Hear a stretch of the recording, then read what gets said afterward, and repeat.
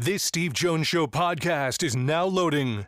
The Steve Jones Show podcast is presented by Sunbury Motor Company, Purdy Insurance, Brewers Outlet, and NIL Game Changers.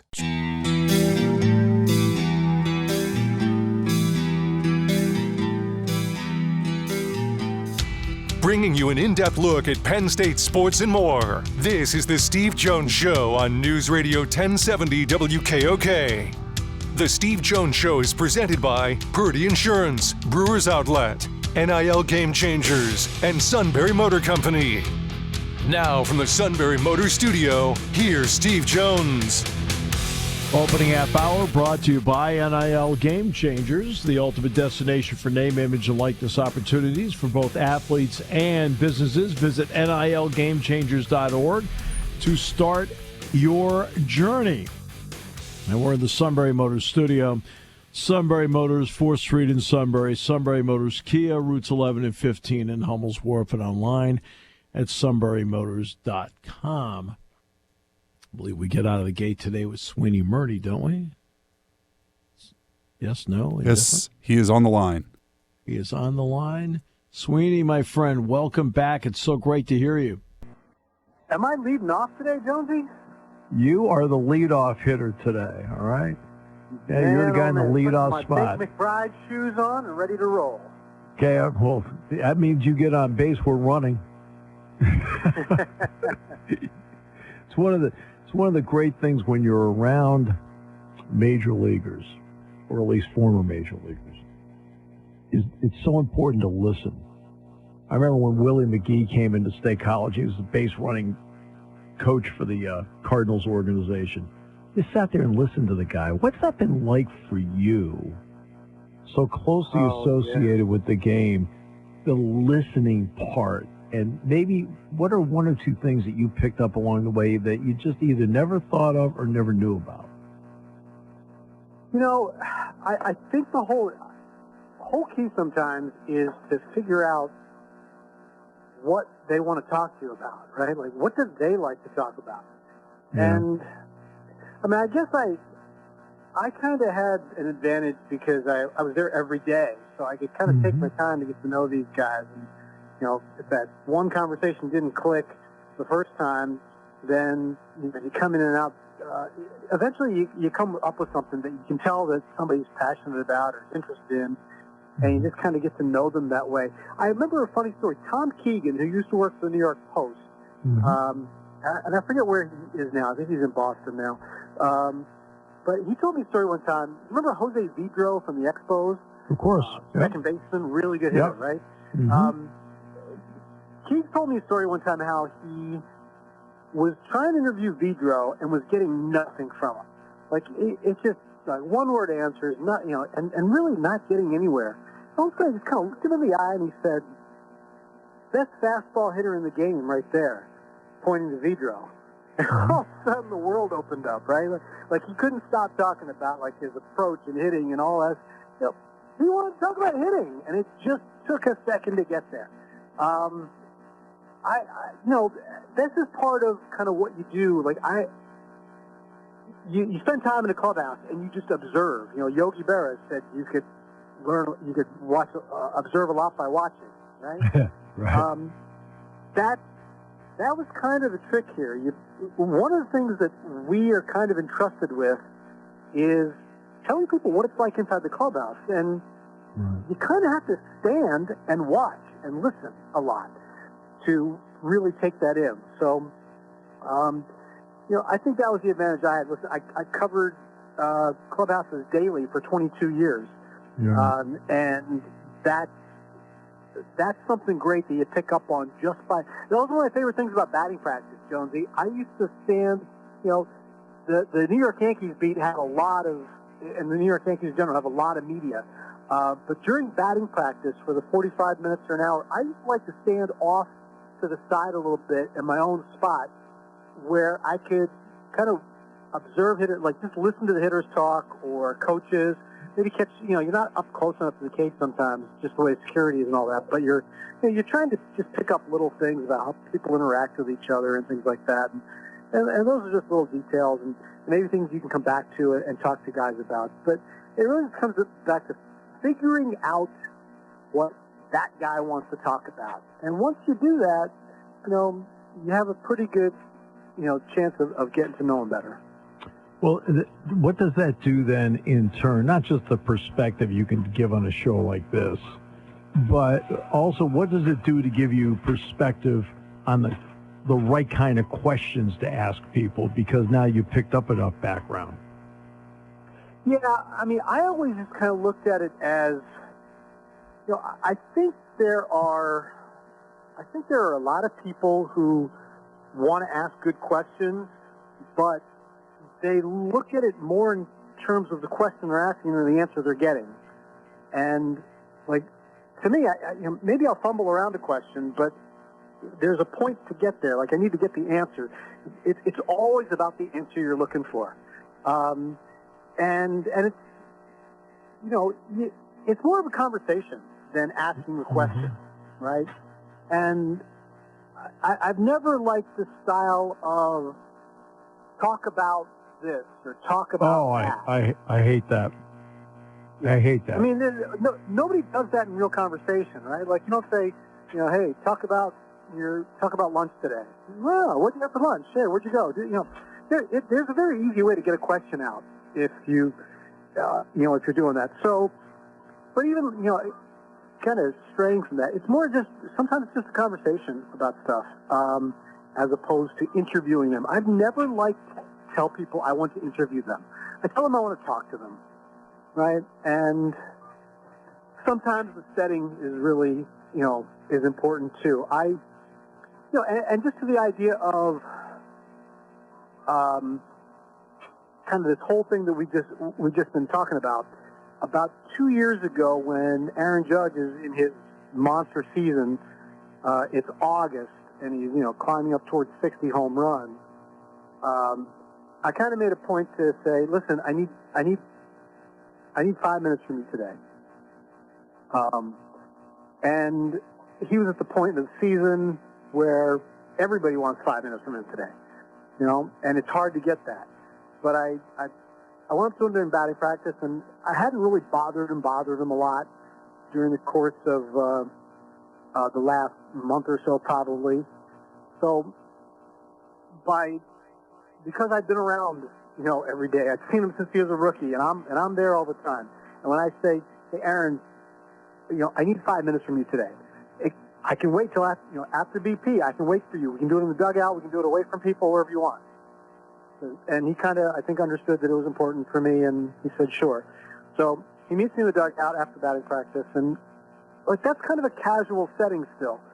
And I think that's important. You're in their environment. So we sat in the dugout, and we talked about a few different things. It ended up being I lied, it wasn't 5 minutes. It was more like 12. I think I said I need 10 minutes, and I took 12. I said, I owe you 2 minutes back, and he kind of chuckled. But we hit on a couple of different things, and it turned into 3 different stories for me, including one about how he remembered hunting down Jonathan Sanchez at a Giants game when he was a kid for an autograph, and how that little moment, getting an autograph from a big leaguer, became this great moment for him. And I tracked down Jonathan Sanchez and told him that Aaron Judge, the biggest star in the game right now, remembers getting your autograph, and he was tickled to death. And that became a story idea for me. And we talked about his pursuit and what he thought about the holding the record or attaining the record. And those are, it just kind of flowed from a conversation, Jonesy, and partly these stories were built about the relationship that you have when you're there every day, and you're not trying to bother them every day, right? Right. If you're, that's another thing. If you have people who want to cover teams and have star players, okay, you're gonna have to talk to the star player a lot, but sometimes it's just as important to not talk to them. Right. Go talk to the other guys, leave them alone, so that when you come back to that guy, he's gonna know it's really important that they're always watching. That's the thing that I learned. They're always watching you. They have such great attention to detail when you talk to athletes about, think about when you're scouting that pitcher or scouting the other team or the other team's defense. They'll tell you in intricate detail, I saw this and I saw that and I knew it meant this. They have that attention to detail. They're watching how media interacts with them. They're watching how media interacts with other people. Phil Hughes, pitcher for the Yankees, pretty good pitcher for a little while. And he told me that he watched how, when he first came up, he watched how Derek Jeter interacted with the media, and it told him a lot about, who he trusted, who he didn't trust, who he liked, how much time he gave them, like what, his level of politeness and openness and things like that. And it taught Phil Hughes a lot about how he wanted to conduct himself. Luckily for me, I got along with Derek, and Derek treated me well, so Phil treated me well. But it was more about the idea that these guys are always watching and observing, and the detail they put into scouting their opponents in the game also goes into their interactions with the media.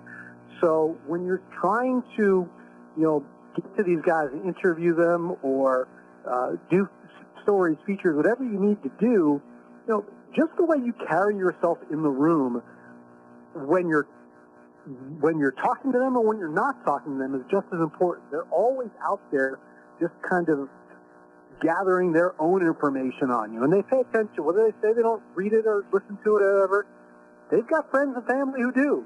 So whatever you said about them or wrote about them, whatever, it'll get back to them. And as long as it's professional, I think everybody is cool with it. And then in that vein, you did a piece with Robbie Thompson, the manager of the Phillies. What did you learn about that and about him that maybe you did not know before? Well, what I really was trying to get at, I talked to Thompson. This was actually back in, I think it was right before spring training when I talked to him about this. What I was really trying to get at is that there are so many young players coming up today, and teams are trusting them more. And the Phillies had a way of incorporating some pretty young players in, and even with veteran guys like JT Realmuto and Bryce Harper, obviously. And I kind of want to talk to him about how that developed. And he told me that it had a lot to do with, and I know Rob from his time with the Yankees, he said it had a lot to do with that, and when Joe Giardi became manager of the Yankees before the 2008 season, Rob Thompson was his bench coach then, and they said, our veteran players and our young players really don't interact at all. And in spring training, they're pretty much separate groups. And when a young player comes up to the big leagues, like, he's in awe of his surroundings, and sometimes it shows because they don't perform very well. So there's got to be a way to fix that. And Giardi and Thompson drew up this idea, just have them, interact more in spring training, whether it was in drills or on backfields or even in their off-field activities that they drew up to kind of how the team bonding things. It wasn't just going to be the veterans hanging out together and then the rookies hanging out together. They need these guys to mix so that when a player comes into the clubhouse and he gets called up on May 15th, and he has to start today, he's not going to be in awe. He's going to know the people around him. Joe Girardi said he walked in his first big league clubhouse straight from Double-A, and here's Ryan Sandberg on one side of him and Andre Dawson on the other. It was intimidating. And this is a guy who spent 15 years in the big leagues eventually. So he had the talent and the determination, but he was still, intimidated by this. Well, Tom said to me that, this was Joe's idea. And, sure as hell, it's exactly what happened. When these guys came up, they felt more comfortable, and they were more at ease. And getting them into the lineup and putting them in Yankee Stadium around 50,000 people and putting them into a Yankees-Red Sox game on a Sunday night, these are the things that I think sometimes we don't really understand how big of a deal it is for the players and how everything they have to go through to prepare for this and get themselves ready to play and, try to get a couple of hits off the best pitchers in the world, those kinds of things. That's what their jobs are. The coaches and the managers and the best ones take such good care of trying to get their players ready and trying to anticipate all these things and getting their head on straight. So Rob Thompson came from a minor league background where his job is for minor league players for the big leagues. And as he becomes a bench coach and eventually a manager, he's incorporating a lot of this. And the Phillies' success in the last couple of years has really come from this idea that they're a they're a family, and anybody who comes in there, when they get called up, they're ready to go. And it's not like old days when rookies were ostracized and they were hazed. And, basically it was a big leaguer didn't want a kid coming up and taking his job, so, they're going to push him every chance they could to see if they were tough enough. And that's really not how you do it anymore. This is also an idea that, Giardi and Thompson saw firsthand with the Yankees. CC Sabathia told me he got pushed around a lot when he was a rookie, and he hated it. He had veterans in the Cleveland team that just didn't like him or treated him poorly, and he vowed that if he was ever going to be a veteran who had that kind of influence, he was not going to let that happen. Well, as the core four aged out and the baby bombers came in the middle part of the last decade, CC Sabathia is a big veteran presence in the Yankees clubhouse. Joe Giardi's the manager, Rob Thompson's the bench coach, and CC kind of helped usher these guys in and welcomed everybody in. And it really had a huge impact on how the 2017 Yankees made it all the way to Game 7 of the ALCS. These young kids came in with an expectation to perform, with a little less anxiety about it. And they were good, obviously, and they took it that far. The Phillies are using some of that, and Giardi pointed out how Alec Bohm struggled a bit after a good start when he first came up, and Bryson Stott struggled a bit. These guys are probably all-stars this year, and they're leading the Phillies to the best record in the league, and who knows where they can go because of where they've been these last couple of years. They're drawing on that experience and the culture that Thompson and Giardi built together first in New York, and then kind of coincidentally, because they didn't come together on their own in Philadelphia. Thompson was hired by Gabe Kapler, then stayed on when Giardi took over for Kapler, and then took over when Giardi was let go. It was, they're working off of that template. And I kind of find that fascinating because that's interactions of players in the clubhouse and how things have changed. It is no longer, the veteran players just kind of saying, all right, let's see if this kid can cut it. They're doing everything they can to make sure those players can cut it because they know how important they are. Why would you sabotage your own team when these players are here to help you win? The more comfortable you allow them to be, the better they will play for you, the better your chances are to win. And that's the culture that it's not just there. It's being built in many places. But, as far back as I can see, Giardi and Thompson took a real interest in changing that with the Yankees when they were together in 2008, and then starting for a 10-year period, they won a World Series together in 2009. And, what the Phillies have built this year, certainly Rob Thompson is front and center, but Giardi's fingerprints are on it too because of their work together. No question. What they did was they took away the insecurity of the veterans. That's what they did. It's actually not like, helping the rookies along. They took away the insecurity of the veterans. We then felt secure enough to go out and say, hey, look, what do you need from me? We need to win. I mean, that's essentially what they did. Sweeny, thanks so much. The times have changed because, right. The long-term contract really helps. This isn't 50 years ago when guys are on one-year contracts and like, this kid's not going to take my job, You get a guy who has a long-term deal, all of a sudden he's like, okay, listen, I'm good here. Like, let's win. Let's do it. Right. Exactly. Well put. Great talking with you. Really was. Thanks so much for the time. Always appreciate any chance I get to talk with you. I never know where this is going to go. It's fun just kind of pulling up a chair and talking to you. So thanks so much for having me. That's about what we do here. It's like we hope that in the end it's an interesting, fun conversation for everybody involved, especially the listener, and you do that. Thanks, Jonesy. Appreciate you, man. You too. Sweeny Murti. Happy early Father's Day to you. Oh, thanks. You too. You too. You have a beautiful family, by the way. Beautiful family. All right. Sure. You bet. We will come back with more in a moment. Today's show, this half hour, brought to you by NIL Game Changers, the ultimate destination for name, image, and likeness opportunities for both athletes and businesses. Visit NILGameChangers.org to start your journey today here on News Radio 1070 WKOK. Party time, game time, or just fun time. Doesn't matter what time it is because it's Brewers Outlet time. The beverage supermarket has the area's largest beer selection, imports, microbrews, ciders, and domestics. Pick from over 100 ice-cold 12-packs and dozens of 24-ounce singles. Soda, snacks, hot sauces, fresh roasted peanuts. Make it one-stop party shopping, and don't forget the pickle bar. So whatever you're celebrating or just doing it up, Brewers Outlet, Reagan Street, Sunbury wants to see you. And thank you for your years of patronage. Spring has sprung, and it's time to dust off those insurance policies. For over 100 years, the Purdy Insurance Agency has been protecting families and businesses of the greater Susquehanna Valley and beyond. With the experience of our trained and knowledgeable staff, you can rest assured that your needs will be evaluated and met by some of the industry's best representatives. No matter what your insurance needs are, call Purdy Insurance today at 570-286-5855 or visit our website at purdyinsurance.com to see what we can do for you.